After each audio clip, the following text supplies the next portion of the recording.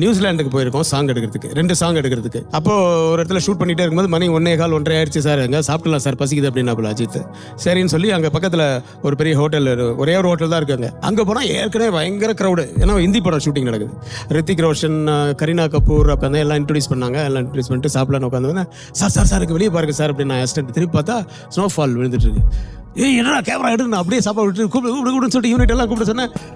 கட்ட கடன்னு வந்துட்டாங்க, எல்லாரும் சாப்பாடு வச்சுட்டு வந்துட்டாங்க. போயிட்டு அந்த ஷூட் பண்ணிட்டு இருந்தோம். கொஞ்சம் கூட சளைக்காம கிட்டத்தட்ட 3:30 மணி வரைக்கும் அபிஷேக் பச்சன் என்ன பண்ணா, அவங்க யூனிட் எல்லாம் கூப்பிட்டாங்க. வாங்கடா இங்க, வாங்கடா அங்க பாரு, சவுத் இந்தியால இருந்து தமிழ்ல இருந்து வந்து எப்படி எடுக்கிறாங்க பாரு, இந்த ஸ்னோஃபால் கிடைக்குமாடா.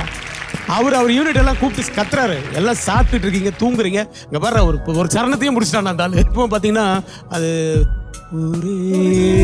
மனம், அந்த சாங்ல ஒரு சரணம் பூரா பார்த்தீங்கன்னா ஸ்னோஃபால்ஸ். அதெல்லாம் கிடைக்குமா அஜித் வந்து, அதெல்லாம் அது ஒர்க்குன்னா மனுஷன் வேற எதுவும்